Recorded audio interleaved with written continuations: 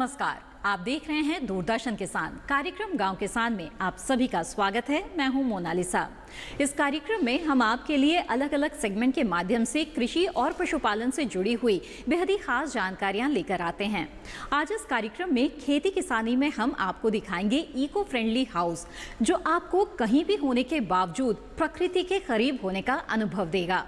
इसके अलावा हमारा पशुधन में बात होगी भेड़ पालन की, और कामयाब किसान में हम आपको मिलवाएंगे गोरखपुर में रहने वाले एक युवा किसान अजय सिंह से। तो आइए शुरू करते हैं आज का ये कार्यक्रम।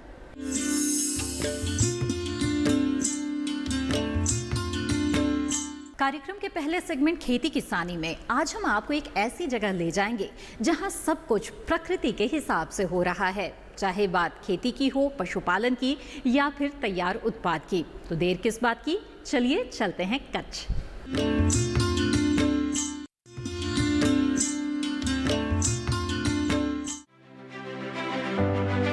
जब हम भाग दौड़ भरी जिंदगी से थक जाते हैं तो सुकून की तलाश में या तो प्रकृति की गोद में जाते हैं या फिर गांव का रुख करते हैं। लेकिन जिन लोगों के पास ये सुविधा नहीं, वो कच्छ के रामकृष्ण ट्रस्ट जरूर जाए, जहां जाकर आपको प्रकृति के करीब होने का अनुभव मिलेगा। यहाँ आपको इको फ्रेंडली हाउस से लेकर जैविक भोजन तक मिलेगा। पूरी तरह से प्रकृति और समाज को समर्पित इस ट्रस्ट की स्थापना पुरुषोत्तम भाई ने 2010 में की, और तब से लेकर अब तक यहाँ वो सारे काम किए जाते हैं जो पर्यावरण के अनुकूल है। इस समय यहाँ जैविक खेती, जैविक खाद उत्पादन, कांकरेज गो पालन, गोबर से सह उत्पादन निर्माण, सौंदर्य प्रसाधन उत्पाद, आयुर्वेदिक दवा, स्वरोजगार के लिए प्रशिक्षण। इस समय मनोज भाई सोलंकी इस ट्रस्ट में अपनी जिम्मेदारी निभा रहे हैं। साथ ही करीब 20 साल से जैविक खेती कर यहाँ की मिट्टी को और बेहतर बना रहे हैं।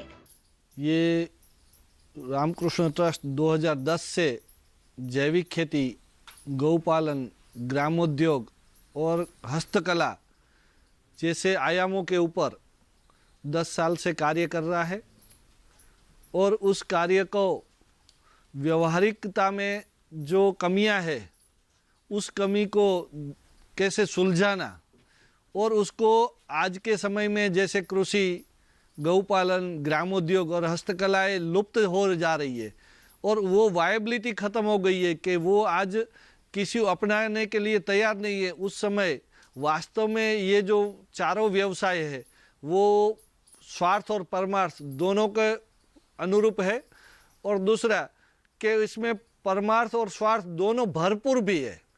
कृषि जैसे आप जानते हैं कि एक दाना बोते हैं और 4 महीने में 200 गुना, 500 गुना, 1000 गुना कर देता है, तो वो कृषि कैसे कमज़ोर हो सकती है, अनवायबल हो सकती है। तो वास्तव में कृषि तो आज भी समृद्ध है, मगर उसका जो अप्रोच है वो गलत होने के कारण कृषि आज कमज़ोर हो चुकी है किसानों के लिए। खेती तो आज भी वही प्रकृति समृद्धि दे रही है, मगर किसान है वो समृद्धि ले नहीं पा रहा है। उसका कारण है कि कृषि की पद्धति। उसी तरह गाय की बात करूं कि जो आज दुनिया में कोई साइंटिस्ट दूध नहीं बना पाया है, वो गाय आप कुछ भी उसको खुराक दो, उसको अपना वेस्ट भी खिलाओ, उसको चारा दो, लीला चारा, सूखा चारा, कुछ भी खिलाओ, 6 घंटे में एक अमृत बना देती है, वो दूध निर्माण कर देती है। तो ऐसी गाय आज हमें कैसे बोझ हो सकती है? तो वास्तव में गाय बोझ नहीं है। गाय के साथ हमारा जो अप्रोच है उसमें कुछ हमारी समझ चली गई है। हम गाय का परिचय दूध से करते हैं, वास्तव में गाय का परिचय है गोबर और गौमूत्र है। गाय का परिचय है गौवंश है, उसका हम इस्तेमाल छोड़ चुके हैं। इसलिए गाय हमें मात्र दूध से देखते हैं, इसलिए हमें गाय कमज़ोर लग रही है। वास्तव में गाय आज भी शक्ति है, जगत जननी है, दुर्गा है, आज भी जगत को पोषित करने का उसमें सामर्थ्य है, मगर हमारा अप्रोच उसको समझ है वो ठीक किए बिना वो उसकी समृद्धि हमें नहीं मिल सकती है। तो ये भी एक आयाम है। उसी तरह ग्रामोद्योग, जो घर के व्यस्त समय में इस घर के सभी लोग मिलके ये कार्य कर सकते हैं, वो ग्रामोद्योग जिसके कोई पोल्यूशन नहीं होता है, जिसमें प्रोडक्ट बनती है वो गांव की स्थानिक की ज़रूरियातों के लेके है। ट्रस्ट में कांकरेज गौपालन और इनके संवर्धन का काम भी किया जाता है। साथ ही गोबर से 80 तरह के उत्पाद बनाए जाते हैं। इतना ही नहीं, जैविक खेती को बढ़ावा देने के लिए खाद और कीटनाशक बनाने की यूनिट भी है। गाय आज भी पूरा जगत को पोषित करने के लिए वो सक्षम है, मगर हमारी जो उसके प्रति जो समझ है वो हम फिर से उजागर करनी होगी, फिर से स्मृति में लानी होगी, तो हम गाय को फिर से अपने जैसे सम्मानीय स्थान पे ला सकते हैं। उसके आधार से हमारा जीवन भी सम्मानीय बन सकता है। तो गाय के साथ जुड़ने के लिए हमें गाय का परिचय विस्तृत करना पड़ेगा, और वो परिचय और उसी के तरह एक ग्रामोद्योग है, वो भी वास्तव में एक समृद्ध व्यवसाय है जो हर व्यक्ति को रोजगारी दे सकता है और हर व्यक्ति को अपने मन मर्जी का गांव को स्वावलंबी बना सकता है, आत्मनिर्भर हर व्यक्ति को बना सकता है। उसमें डिसेबल भी लोग भी काम कर सकते हैं, घर की बहनें जो रसोई करके फ्री समय में काम कर सकती है।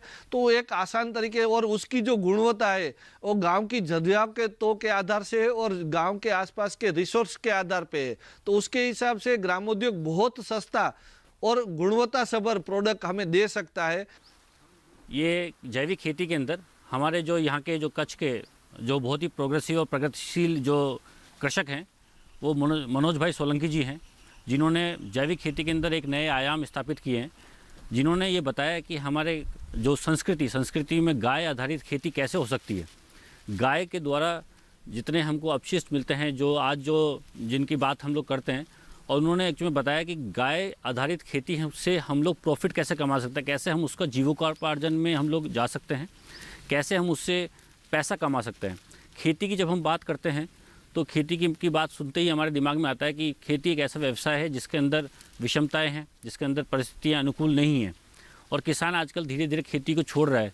लेकिन उसके अंदर जब हम लोग बात करते हैं जैविक खेती की और जब बात करते हैं वैज्ञानिक पद्धतियों की, तो कच्छ का डिस्ट्रिक्ट का जो नाम है वो उभर के आता है। और कच्छ डिस्ट्रिक्ट में जब हम लोग बात करते हैं जैविक खेती की तो नाम उभर के आता है मनोज भाई सोलंकी जी का, जिन्होंने जैविक खेती के साथ साथ में वैज्ञानिक पद्धतियों का उपयोग करके किसानों को ये बताया, किसानों को ये चरितार्थ किया है। इसके अलावा यहाँ युवाओं को आत्मनिर्भर बनाने के लिए प्रशिक्षण दिया जाता है, जो पूरी तरह से निःशुल्क होता है। इन प्रशिक्षण का हिस्सा बनकर युवा विभिन्न विधाओं में पारंगत होकर स्वयं का व्यवसाय भी शुरू कर रहे हैं। हमारे गांव में जब मैंने देखा कि लोग गाय एक भी नहीं थी, जितने भी घर थे उन सबके पास सिर्फ बैल थे, तो मैंने उनसे पूछा कि ऐसा क्यों, तो उन्होंने कहा कि गाय ज़्यादा खाती है। तो मैंने भी सोचा हाँ इसका लॉजिक तो ठीक है, लेकिन उसका रीज़न क्या है। तो उसके लिए मैं लगभग 1 साल से सर्च कर रही हूँ कि कहीं कोई मुझे सिखाए, ट्रेनिंग दे कि कैसे गाय के प्रोडक्ट्स हम क्या क्या बना सकते हैं। तो काफ़ी खोजबीन के बाद पता चला कि यहाँ पे गुजरात में इतनी अच्छी तरीके से गायों के ऊपर इतना अच्छा काम किया जा रहा है।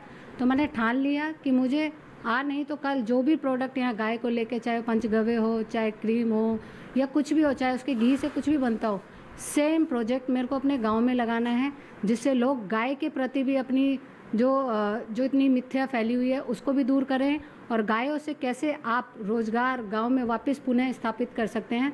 इसके लिए मैं पिछले 20 दिन से यहीं हूँ और कोशिश है कि जल्दी से जल्दी जितना हो मैं सीख के अपने गाँव जाके लोगों को इसके बारे में जानकारी दूँ। तो देखा आपने कि जैविक खेती में पशुपालन की कितनी बड़ी भूमिका होती है। बहरहाल वक्त हो चला है एक छोटे से ब्रेक का। ब्रेक के बाद देखेंगे हमारा पशुधन और बात करेंगे भेड़ पालन की। आप बने रहें दूरदर्शन किसान पर।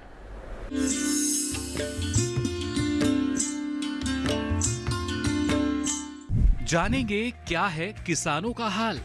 हम पहुंचेंगे आपके गांव। मिलेगा सरकारी योजनाओं का ज्ञान। जब लगेगी चौपाल, देखिए चौपाल चर्चा सोमवार से शुक्रवार सुबह 9 बजे सिर्फ दूरदर्शन किसान पर।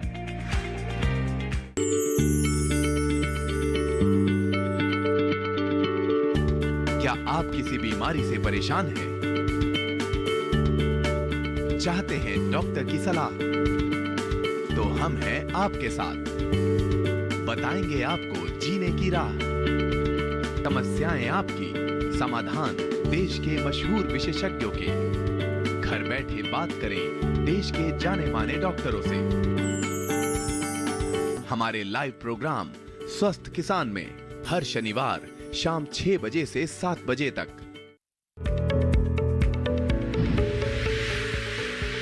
खुशहाल होंगे खेत, पशु रहेंगे स्वस्थ। सरकारी स्कीम का होगा लाभ, जब एक्सपर्ट्स का मिलेगा साथ, आपके सवाल विशेषज्ञों के जवाब, सिर्फ एक फोन कॉल की दूरी पर। देखिए किसानों का अपना प्रोग्राम। ब्रेक के बाद आप सभी का फिर से स्वागत है कार्यक्रम गांव किसान में। आइए देखते हैं अगला सेगमेंट, हमारा पशुधन। कृषि और पशुपालन तो एक दूसरे का पर्याय बनते जा रहे हैं, और हो भी क्यों ना। जहां एक तरफ पशुपालन से किसानों को अतिरिक्त आमदनी मिलती है, तो वहीं खेती के लिए जैविक खाद भी आसानी से उपलब्ध हो जाता है। आज हम आपको बताने जा रहे हैं भेड़ पालन के बारे में। आइए देखते हैं कि कैसे आप भेड़ पालन से ज़्यादा लाभ कमा सकते हैं।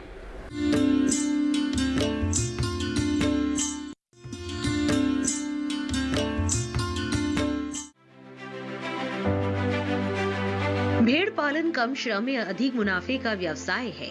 इसमें कुछ विशेष खर्च की जरूरत नहीं होती है। इनको पालने के लिए महंगे आवास की जरूरत नहीं होती है। इनका खाद्य प्रबंधन भी सस्ता होता है। पहाड़ी इलाकों में इन्हें सिर्फ चराई पर ही पाला जा सकता है, और सिर्फ चराई से इनसे मांस, दूध और ऊन पैदा किया जा सकता है। इसके अलावा भेड़ों के होठों की बनावट कुछ इस तरह की होती है कि फसल कटाई के बाद बची गांठों को खाने में अनुकूल होते हैं। इस तरह ये फसल अवशेष को उत्पाद में बदलने की क्षमता रखती है।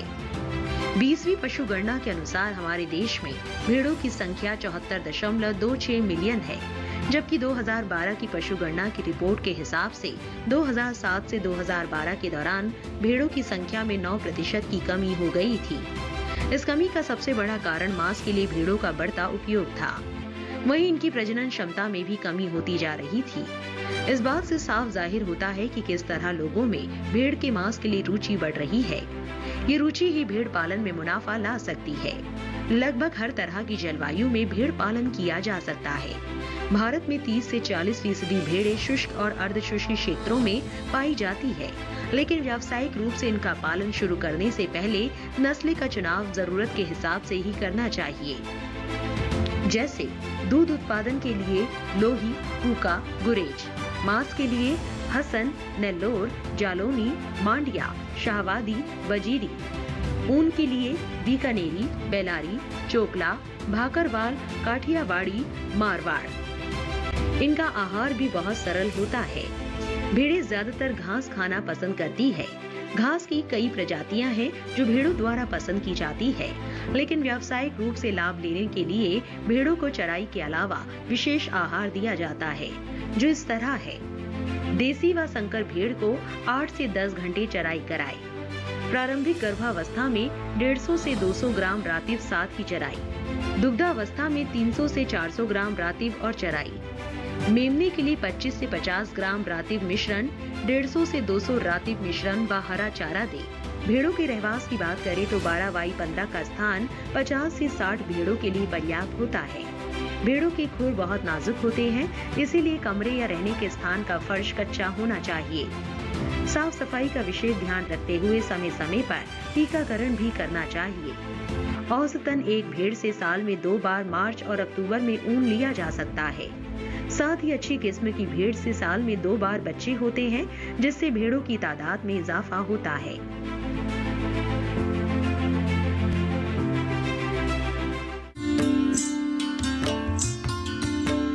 पशुओं से अधिक उत्पादन प्राप्त करने के लिए जरूरी होता है मौसम के अनुसार उचित पशु प्रबंधन।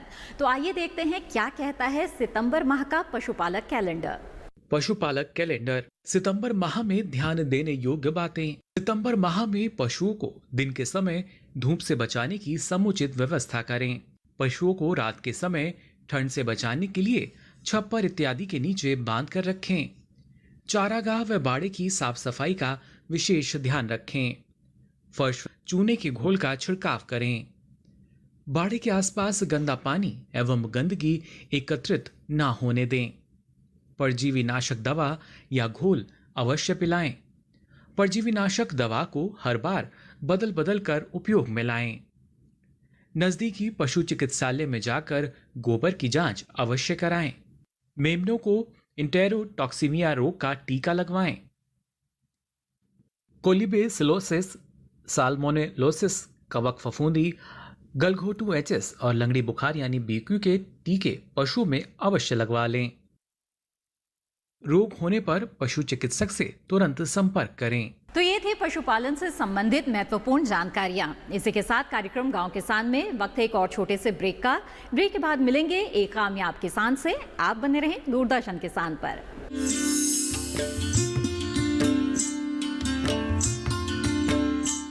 जानेंगे क्या है किसानों का हाल। हम पहुंचेंगे आपके गांव। मिलेगा सरकारी योजनाओं का ज्ञान। जब लगेगी चौपाल, देखिए चौपाल चर्चा सोमवार से शुक्रवार सुबह 9 बजे सिर्फ दूरदर्शन किसान पर।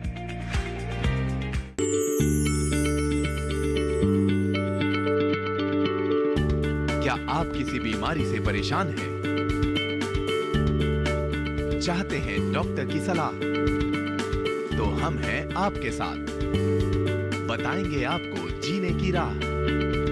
समस्याएं आपकी, समाधान देश के मशहूर विशेषज्ञों के।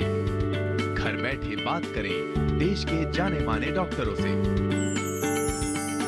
हमारे लाइव प्रोग्राम स्वस्थ किसान में हर शनिवार शाम 6 बजे से 7 बजे तक।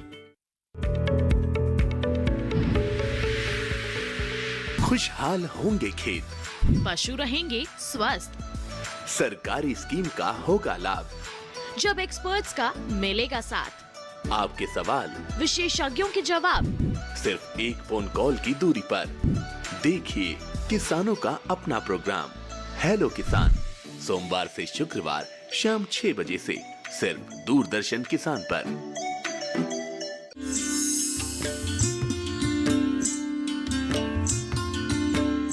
ब्रेक के बाद आप सभी का फिर से स्वागत है कार्यक्रम गांव किसान में। आइए देखते हैं हमारा अगला सेगमेंट कामयाब किसान।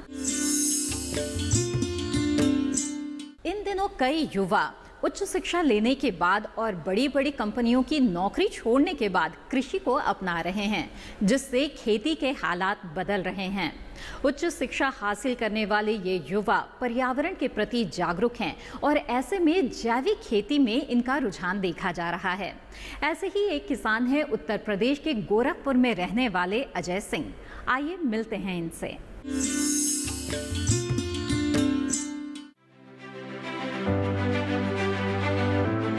अजय सिंह पिछले 4 साल से जैविक खेती कर रहे हैं।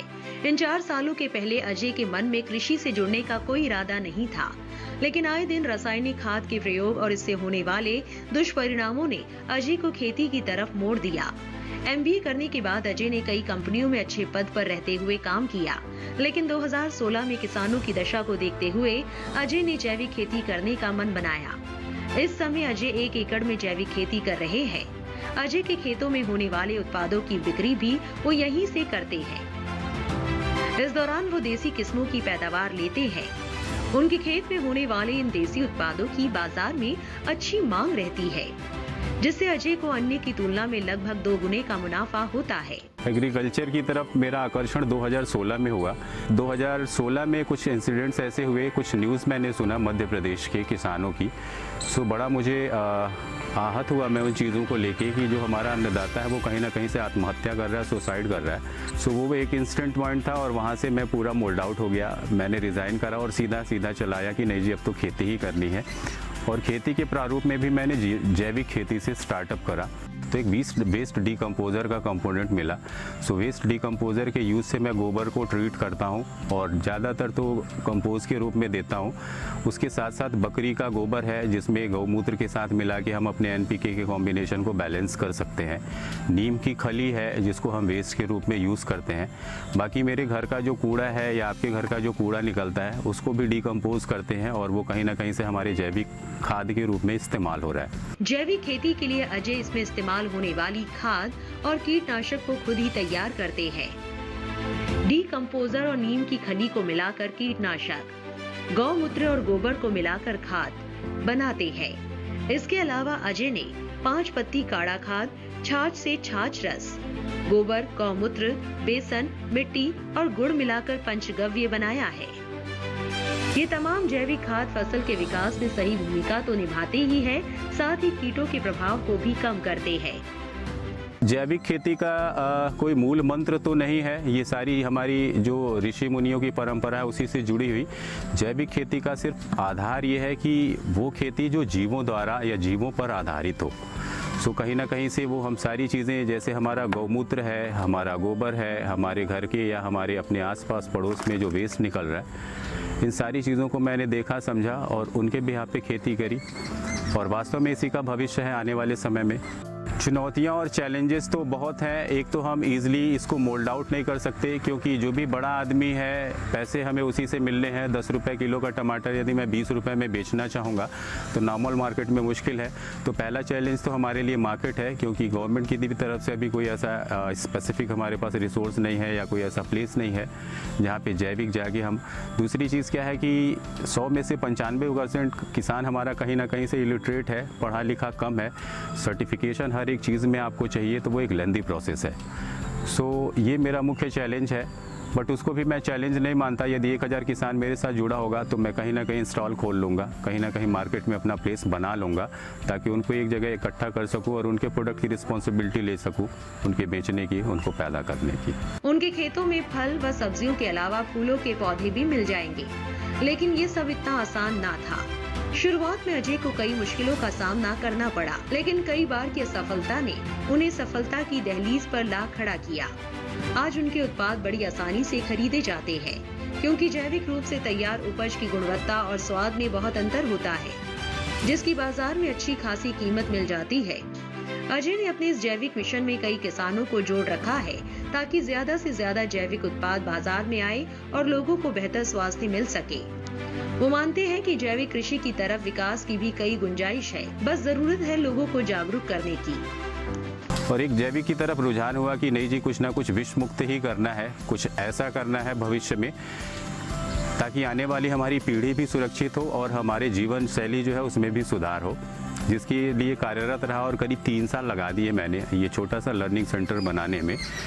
और आज बहुत प्रसन्नता और खुशी होती है कि नहीं जी, मेरे इस काम से इंस्पायर्ड होकर बहुत सारे लोग हैं। और आज तो आप देखेंगे कि पूरा विश्व इस कोविड-19 के इम्पैक्ट में अब जैविक जैविक जैविक चिल्ला रहा है और वास्तव में यही हमारा भविष्य है। आने वाले समय में यदि मेरा बच्चा या आपके बच्चों का भविष्य सुरक्षित होगा तो वो मेरा सबसे बड़ा अचीवमेंट होगा। बाकी दूसरी तरफ कंपोनेंट्स में ज़्यादातर लोग फोकस लेते हैं, नहीं जी पैसा कैसे बढ़ेगा। तो यदि आज की डेट में 3 साल के अंदर यदि 1000 किसान मेरे से जुड़ा है तो इसका भविष्य बहुत तगड़ा है। इस प्रोसेस पे यदि मैं किसानों को सस्त कर लूँगा, उनको जैविक खेती की तरफ आकर्षित कर लूँगा, तो कहीं ना कहीं मैन्युफैक्चरिंग यूनिट में डालूंगा, फिर सोचूंगा अपने प्रॉफिट एंड लॉस के बारे में। अभी तो सिर्फ एक फोकस है, नहीं जी बेस्ट से बेस्ट करना है ताकि हमारी पृथ्वी और आने वाला भविष्य सुरक्षित हो, हमारे बच्चे सुरक्षित हों जी। अजय सिंह जैसे बाकी किसान और युवा अगर ठान ले तो हमारे देश में पूरी तरह से जैविक फसलें ली जा सकती है और इससे स्वास्थ्य ही नहीं पर्यावरण को भी सुरक्षित किया जा सकता है।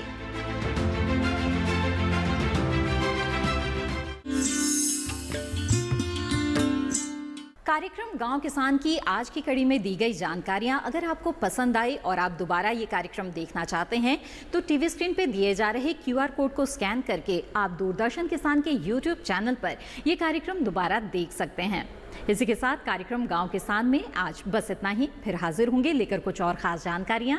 तब तक के लिए दीजिए इजाजत। आप बने रहें दूरदर्शन किसान पर। नमस्कार।